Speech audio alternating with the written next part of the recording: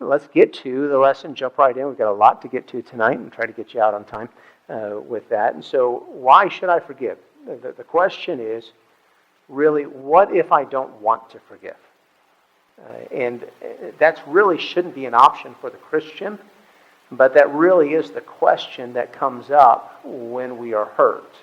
And we have to grant forgiveness, but what if I just really don't want to? What happens then?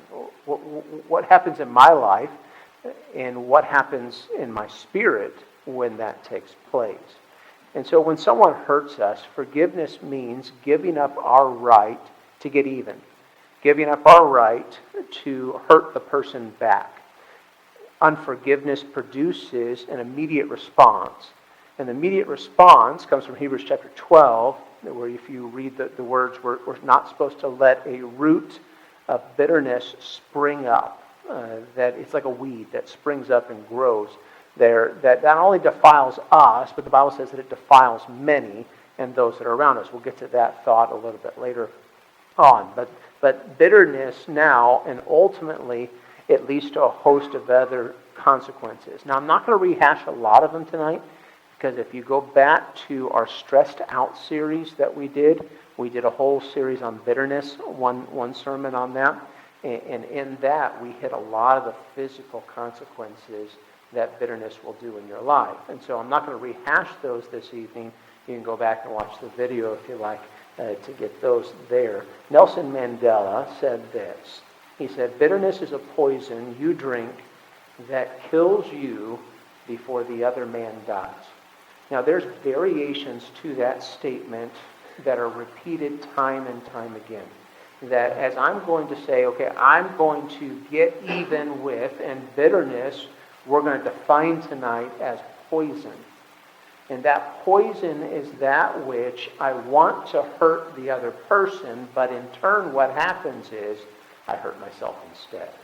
And so that's the beginning of this, and we're going to look at the downward spiral at the end of this message tonight, where bitterness is really just the start that leads to a bunch of other things that come in behind it. When God in mercy saves a lost soul, He gives us the ability to forgive.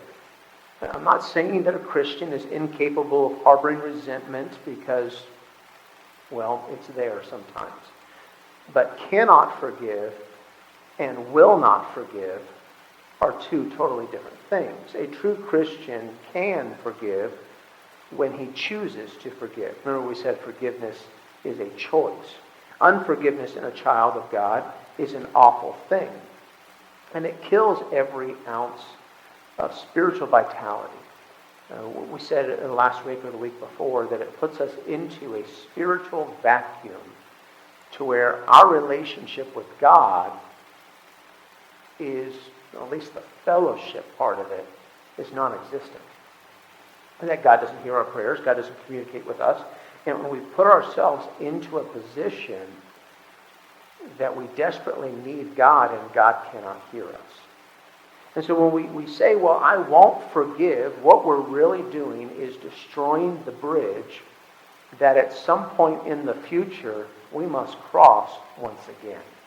And so forgiveness is a very key thing. Why should I forgive? Well, tonight we're going to look at the negative aspect of it, and then next week, Lord willing, we're going to go, okay, you've convinced me to forgive, now what? And we'll look at that as we look at our series next week. But Mark chapter 11, you got your Bibles open. I want you to see verses 24 and 25, where it says, "Therefore I say unto you, what things soever ye desire, when ye pray, believe that ye receive them, and ye shall receive them.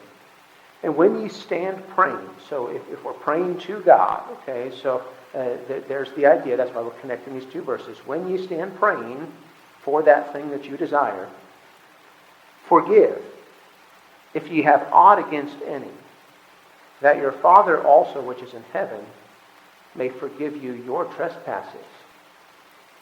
But if ye do not forgive, neither will your Father which is in heaven forgive your trespasses.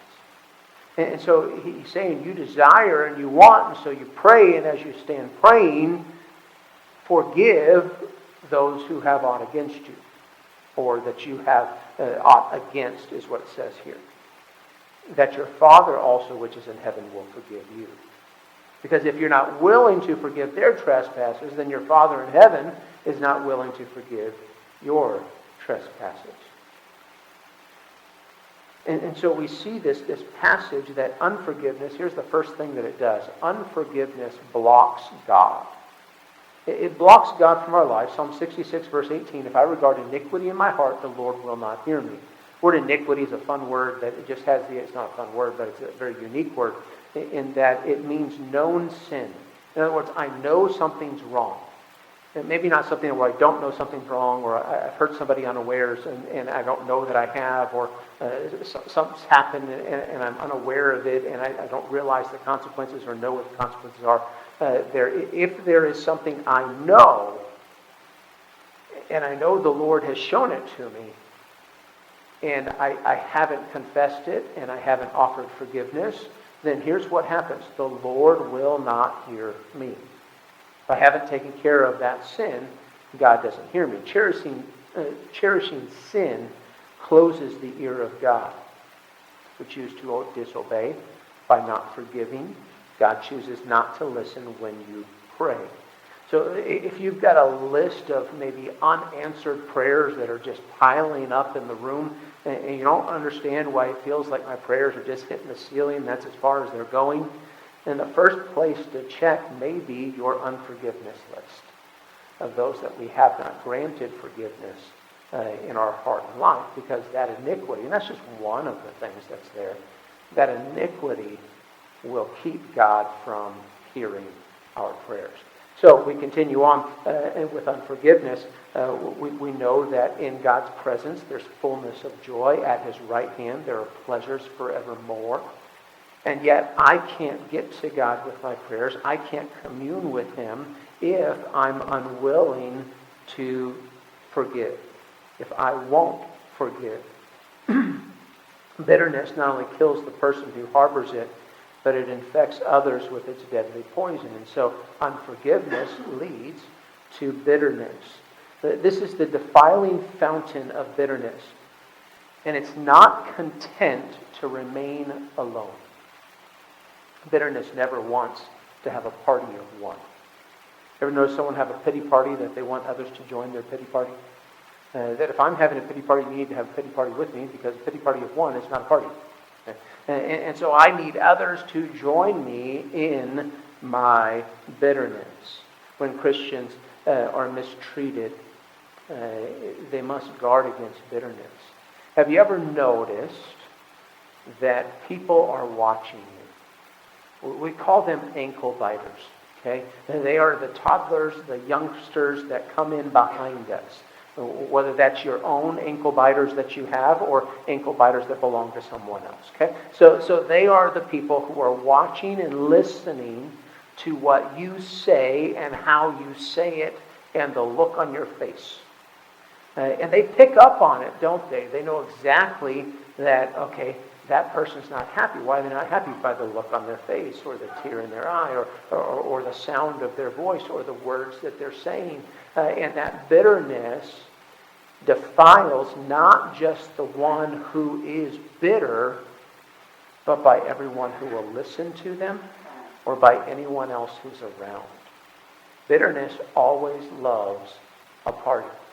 And those that are coming behind us, those that are watching us, we don't want to, and my greatest desire is for my children specifically, and then the children that are in our ministry that are coming up through our youth groups and our children's classes and coming up through our school, that they would see that the Christianity that I live or that my wife lives or that our people live is a life worth living and not one that they want to be bitter against. Because if I'm bitter against it, you better believe my children are going to be bitter against it. If I hate it, and if I'm miserable in it, then my children who are watching and coming behind me will be as well. And so unforgiveness leads to a world of bitterness that spills over to defile many. I quoted the verse partly to you, but Hebrews chapter 12, verse 14 and 15, follow peace with all men That's how it starts. And then it continues on later on where it says, lest any root of bitterness. And then it says, springing up, trouble you, and thereby many be defiled.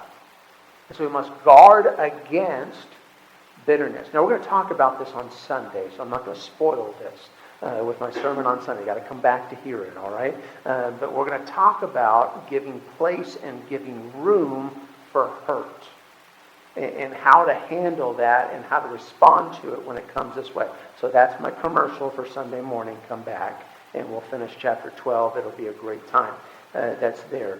Romans 12 warns against it. Romans 14 warns against it. And it is a stumbling block. A stumbling block we don't want to put in the way of others. And so unforgiveness leads to bitterness. There was an article written about the power of forgiveness. It was written by Lisa Collier in May 2004. Reader's Digest. Remember what those are, right? Okay. Anyway, so Reader's Digest suggested that forgiveness offers many health benefits. According to a study, the Forgiveness Project, letting go of a grudge can slice one's stress level by up to 50%. Statistics also show that forgiveness improves our energy levels, our mood, our sleep patterns, our physical vitality. On the other hand, carrying around bitter and angry feelings is toxic to the body due to release of the stress hormones, adrenaline, and cortisol. And so there's many other things. We looked at a lot of that in our stress series as we studied that in the area of bitterness. Proverbs 18 and verse 14, the spirit of a man will sustain his infirmity, but a wounded spirit who can bear?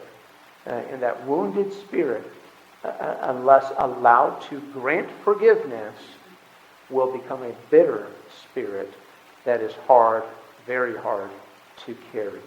A wounded spirit can be a debilitating force, especially when bitterness then becomes an obsession. When bitterness becomes an obsession, then the cousin to obsession is irrational thought. That the thinking that goes along with it is not logical. Everyone is an enemy. Everything is an attack. There's a paranoia that sets in that becomes irrational. The mind is short-circuited. The thinking process becomes warped. Often the mind continually dwells on the same thing over and over and over again. And so the mind reviews the same thing in the same garbage over and over again. The problem can become so severe that it totally incapacitates a person. And so we've got to guard against this area of unforgiveness, this area of bitterness. Now, the opposite to this sorrowful heart is Proverbs 17, verse 22. A merry heart doeth good like a medicine, but a broken spirit drieth up the bones. Bitterness becomes a way of life when it does, instead of an occurrence or an isolated event. It depletes the body. I'm not saying that there aren't medical diseases, because I know there are, but I will say that many causes for, let's say, anxiety, probably many other things too, but and I'm not a doctor when I say this, but I think many of our problems have spiritual roots at them, that there's underlying issues there that come up. And I'm not just downplaying anything else, but many times spiritual roots have long tentacles into the life of a believer. Dale Carnegie told the story of a grizzly bear in Yellowstone National Park. He was eating garbage, and someone had piled it up in a clearing, and he had just gone after it. Probably the most ferocious animal in North America. You don't want to come across one of these in the middle of the night. And he's eating the trash, and he doesn't have many challengers who would come his way. But as the bear was eating, there was a skunk appeared. And it came to the clearing and began eating too. And though the skunk had rudely intruded on the meal for the grizzly bear, he didn't do anything but share the food. Now the question comes, why? Well, because he knew the high cost of getting even there and didn't want to pay it. Come back on Sunday. We'll talk more about that too, okay? But forgiveness is not a suggestion. Forgiveness is a command. It's given to us to do. And it's wonderful. What the wonderful thing is that God never requires anything of us that he doesn't enable us to do. It's too hard. I can't do it. No, God enables us with the things he's given to us. The Lord never asks us to do anything without giving us the ability to carry out his directives.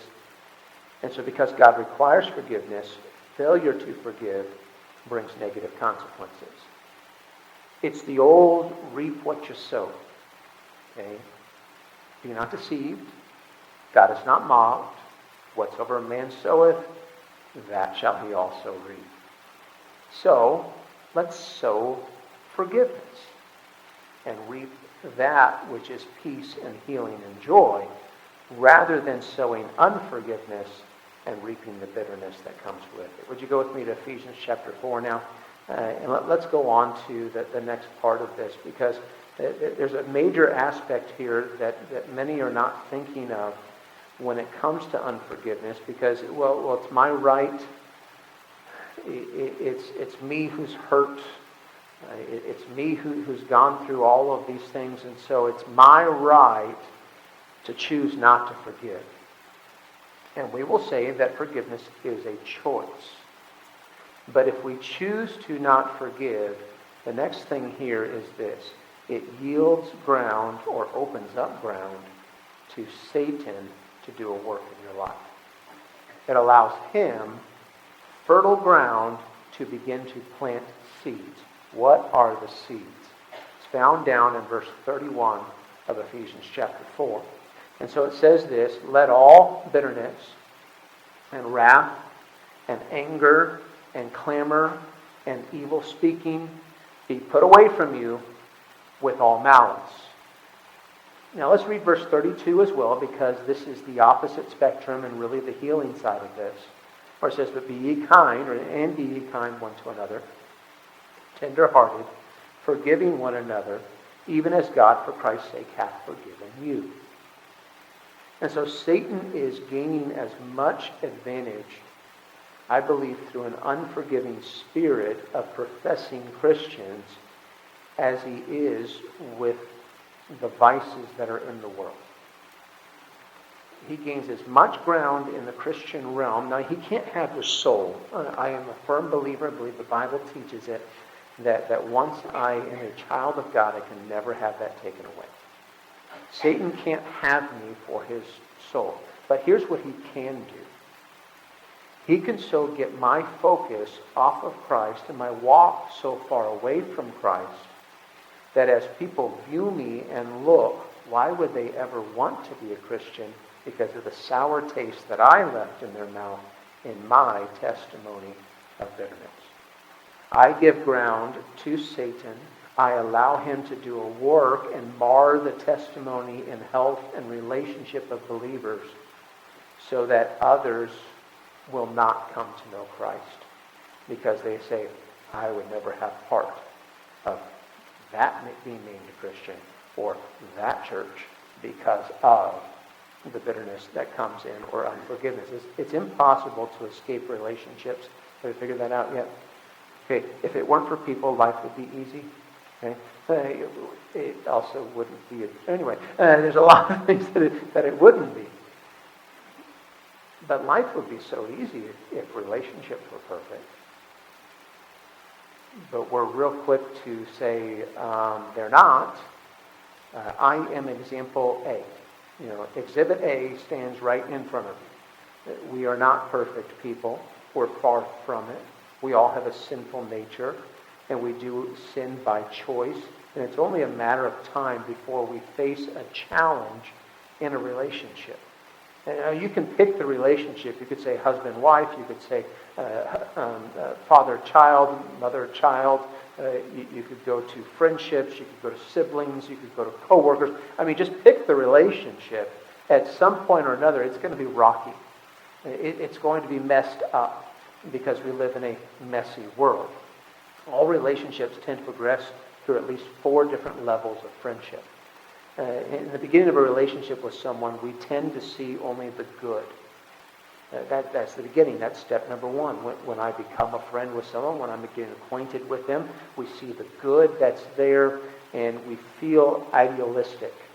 I get butterflies in my stomach when I'm around her or him. I have this, we laugh all the time, and we just really get to know each other. We both like the same sports team, or, we find things that we're in common with, and we begin to look at this friendship will always be this way in this friendship, and there will be nothing that ever takes it apart. Then the honeymoon ends, and we move on. Reality sets in. Step number 2, we begin to wonder, I didn't realize he was like that. Or I didn't realize they believed that. I didn't know they were conspiracy theorists. Or I didn't know I didn't know they did that. I didn't know they did that. And that's step number 2. The closer you get with any ministry leader, or the closer you get with anyone in church, or the closer you get in any relationship, begin to see the flaws. You begin to see and question there. All right, step number 3. Now there's a feeling of resentment. A sense that at some point that person has let you down. That person you loved, that person that you told all your secrets to, that person that you did everything with, that they have hurt you or let you down in some way. It felt idealistic as you started. It felt perfect, and nothing could ever mar this. And then you begin to go, I don't know about that. And now we get to the point of resentment that we've been felt let down. And then number 4, we find ourselves disliking everything about that other person and just the way they are. Now everything they do is wrong. Everything they can't do anything right.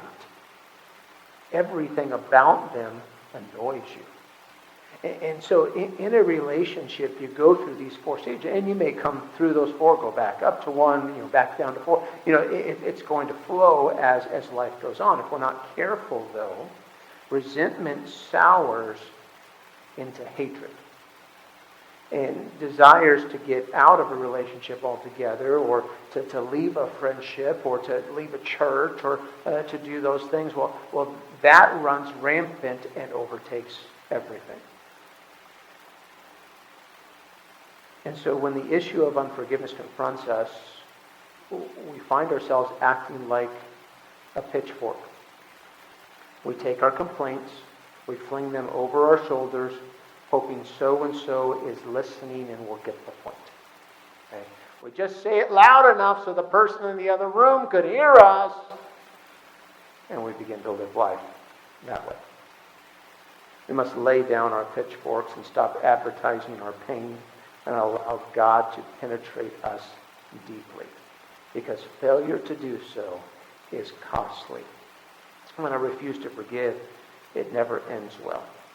There's a downward spiral that is given in life that we must avoid. Go back up in Ephesians 4 just a little bit, verses 26 and 27, where he says this, and we would say that this probably we would quote most often in a marriage, where the Bible says, "Be ye angry and sin not, let not the sun go down upon your wrath." Okay? Any husbands or wives ever quoted this verse in your head? Maybe even out loud before you got in the bed at night because you really didn't want to sleep on the couch? I'm not going to be angry tonight. Why? Because I want to be in my own bed. I got a king-size bed. You better stay on your side. Okay?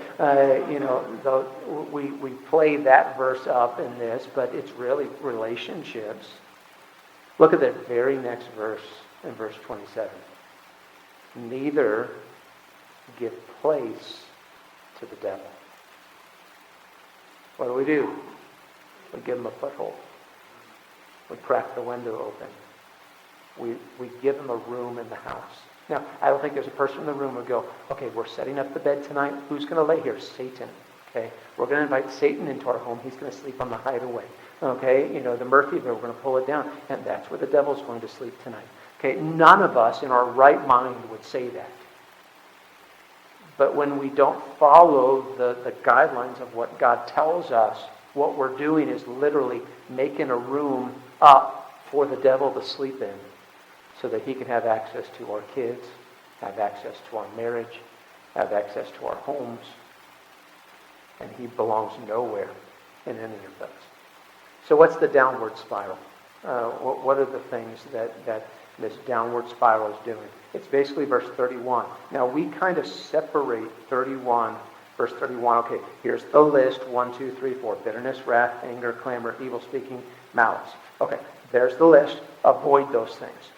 But what you need to see in this verse is it really is one leads to the next, leads to the next, leads to the next. I'll prove it to you by the meanings of these words. And so we talk about bitterness, and we're going to get to the first one here, the downward spiral, and that's too small for you, sorry, but that's bitterness, which we're going to define as poison.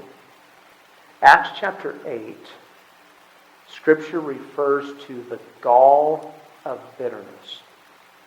Medical studies have demonstrated that bitterness of the soul is a factor in gallbladder issues. Now, it's not the only thing, obviously, but bitterness creates a chemical imbalance in the body, causing cholesterol to develop into the form of gallstones. The relationship is direct. Bitterness is an acid that eats at its own container to produce, in this case, gallstones. Our prayers are hindered, our lives become joyless and fruitless. One day, a mother disciplined her little girl, and the angry girl knelt by her bed to say her prayers with her mother and waited for her to tuck her in. And here's how she prayed. She prayed for her dad, her brothers, her sister, her aunts, her uncles, and her grandparents. After she said amen, she turned to her mother and announced this: "I guess you noticed I left you out."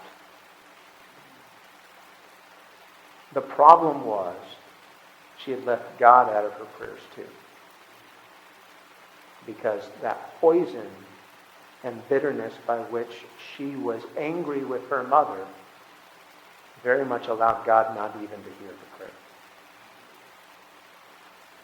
I don't know that we would ever be that direct. Sometimes children are very bold, and then they learn not to be so bold from different ways. Okay? But some never learn that, by the way. But we may not be that bold, but if we're unwilling to forgive or willing to hang and harbor grudge or bitterness, God can't hear your prayers. It's the poison that's eating your own container, your own vessel, wishing that it hurt someone else. The next one that we have on our list is wrath. Now I want you to see what the word wrath means. It means a slow burn.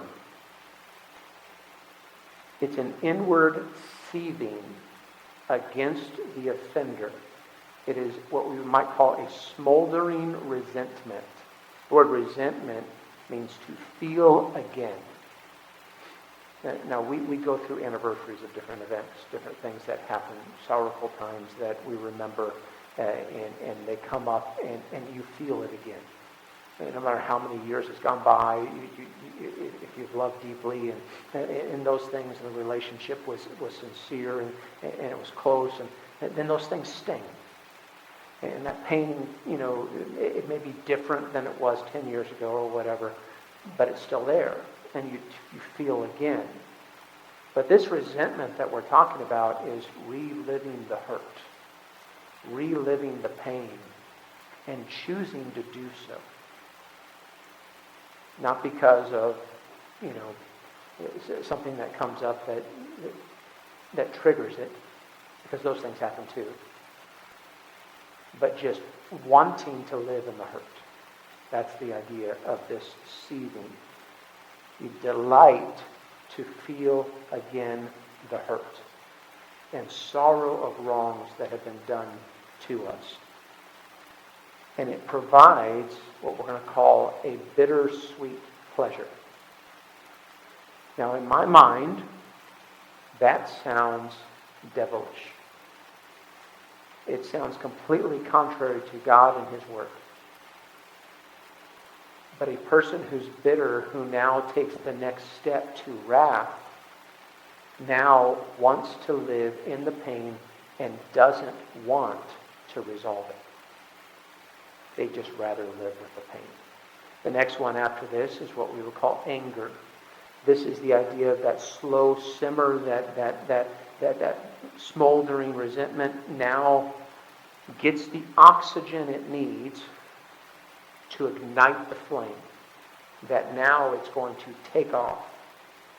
The third stage of Satan's assault on unforgiving people is that there's the wrath and the bitterness that explodes into a fit of anger. Now, this is not necessarily words. This is emotion. This may be shouting, whatever it happens to be. But it carries the idea of something outward and open to where all can see. And so there's anger, and it has festered, it's festered, and now we've given place to it, we've given room for it, and now it has exploded into the open. The response here, and it is likely a reaction or a response, is a root of bitterness just displaying the fruit that is there. So we've gone from bitterness to wrath to anger, and now we're going to go to clamor. The clamor has the idea of speaking. Whereas anger can be fits of anger, it can be noise, it can be outward. You're looking at it going, whoa. Now what we've done is we've put words to that which is there. You begin to verbalize it. It always suggests speech. Arguing at a high decibel, simply crying. The poison is so corrupted, fills the soul, that it overflows through your tongue. James 3 talks about the tongue in verse 6, about a fire, a world of iniquity. And now it's not just flaming anger, now it's flaming words that go along with it. We have two more. One of them is evil speaking. Clamor turns to slander. You say words you never imagined you'd utter. I hate you. I wish you were dead. I'm sorry. We never had you for a child. I hope I never see you again. These are angry words that begin to spill over.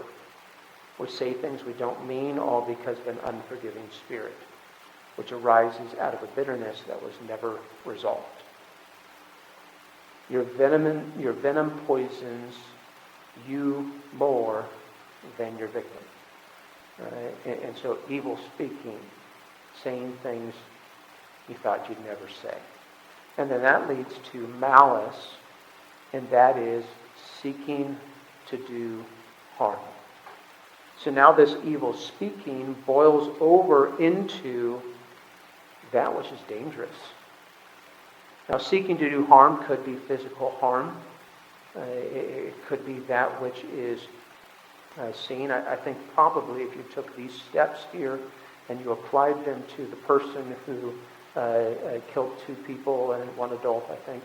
I'm not exactly the numbers. I'm not sure how many. I know 17, I think, were wounded. If you were to follow this pattern right here, I imagine you would see many of them in the life of that individual, that horrendous monster who would shoot up the school like this. That there was clamor. We know that there was a YouTube manifesto supposed to come up to all of the words and everything else, all of the anger and everything else that burst out. And now what are they doing? Seeking to do harm to others and to self, and the cowardice act that they took at the end of their shooting today. But don't be deceived at the depths to which Satan can take you when you yield ground to him. You may look at this list and you may go, that'd never be me. I would never be on this list. And I think you need to be careful about the things you would never do. We often joke because I would never do this, and you say it as a teenager, and then God has you do those things. Okay? My wife said she'd never live in Florida, she'd never marry a pastor. I just said, don't use the word never again. Especially you say, we would never have a 4th child, please don't say it. Whatever it happens to be. God has a sense of humor in those things. But we may look and say, that could never happen to me. That would never be me. And yet we look at this list, and we look at the lives of believers who have followed this pattern and have ruined their lives because of it. You may not ever take a knife or a gun or anything else with a weapon, but you could ruin, excuse me, in all kinds of ways. You may destroy someone financially. You may do so maliciously and slander, assassinate character, reputation, things like that. Satan is systematically demolishing the lives of many through an unforgiving spirit. Forgiveness is the basis of our relationship with God. It is because He forgave that we have forgiveness in relationship with Him, but that we are able then to take that forgiveness and forgive others. Therefore, failing to forgive others is a serious sin and is an affront to God. This will take us farther than we planned to go, keep us longer than we planned to stay, and cost us more than we were planned to pay. And so, we have two outcomes. Either by God's grace we dig up the root of bitterness, or we allow it to defile us and defile many that are around us. Okay, so why should I forgive? I've given you a bunch of reasons right here on why you should forgive. All right, have we convinced you yet? All right, come back next week. We'll tell you how to do it. Maybe. Can we encapsulate that one sermon? I don't know. But we'll figure it out as we go through it. All right, would you bow your heads with me tonight?